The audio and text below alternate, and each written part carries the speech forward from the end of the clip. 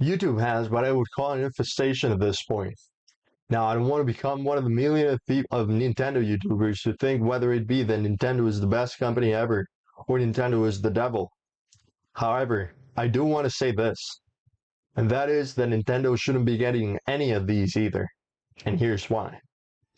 Recently, there's been a swarm of YouTube content specifically made about Nintendo, and it's almost like art is starting to imitate life. Because what is this? There's the grifters and the Nintendo fanboys, the Republicans and the Democrats, and both sides, they're almost like opposites. However, I'm willing to say that Nintendo has this effect on people, because no matter what your opinion on your stance, if you're in this space at all, then it means that Nintendo has made a big impact on your life, on every one of our lives. Now, my video is focusing on why the company doesn't really deserve any of these stances, but that mainly the people who hate on it as a whole do it undeservingly. These people feed off of their toxic opinions, and they're doing it on purpose because it carries on views. I'm not saying here that Nintendo doesn't deserve any criticism. I'd be damned if it didn't. But thing is that these channels are twisting the work of these talented individuals, undermining when in reality right now, they're only hope. The only video game company that has games, good quality first games, video game announcements worth waiting for, and a video game console capable of both providing good hardware and software, both at home and on the go. I must say the fact, I'm more of a Nintendo fanboy myself, and this is pretty clear. But some of these other fanboys must be stopped. When they criticize Nintendo, they do it because their whole life is Nintendo, and they have nothing else to do beyond that.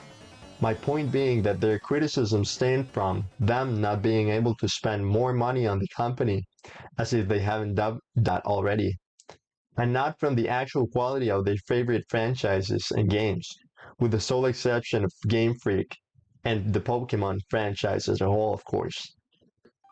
Arguments on the internet are the pitiful practices that Nintendo has, and I get it. Us, as much as them, have to deal with modern day economics and the fluctuation of the value of materials, especially with tariffs and AI on the table. But the company itself has it so much easier. They're multi-million dollars worth, with some of the most profitable IPs ever under their belt. And they want to charge us, the average hard-working citizen, more money than they already have. This is inexcusable and shouldn't be debated on the internet by anyone. This is a shady practice and shouldn't be condoned by anyone. Now let's talk DLCs. DLCs, as much as live service games and memberships, were all created with one thing in mind. If you don't like when Nintendo drops out half-baked games with DLCs already planned before launch, or the DLC itself is too expensive for what it's worth, or the membership just isn't worth your money, then we're on the same page. We think alike. Do you know what we can do to avoid this? Just not pay or participate in any of these services. But let's be honest, Nintendo probably won't change. There was a time, I'm sure we all remember, when Nintendo was about to collapse.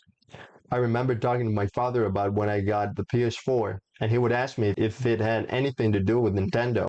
He would also say that he remembered his glory days of when he was a kid, and he used to play on the Nintendo. And I just had to reflectively say to him, nobody played those games anymore, and that the new console, the Wii U, had been a total flop. I'm sure most of us were standing in this time period, for we had just been playing on the DS or the Wii just years prior, and some of us even earlier with the GameCube or the N64. I feel identified with this group of people, and I'm sure the company remembers these days very well. They were doing their thing, and it didn't work. It wasn't working for a while. The Wii U was a total flop, with minimum sales compared to its predecessors. What none of us knew back then is that the Wii U would pave way to one of the greatest selling consoles of all time, and that it bring not one, not two, but many of the best games in their respective franchises, and debatably in the whole history of gaming. With the sole exception of GameFreak and Pokemon, of course. So the company knows this, and now that they have everything, they're being greedy. But this doesn't mean that the games are bad, that the console is bad. In fact, I object. And I stand by saying that the company and the console are the best bang for your buck right now. The Switch 2 hasn't seen an increase in price yet. It lets you play games that current-gen consoles can too, despite being extremely smaller and less equipped in comparison.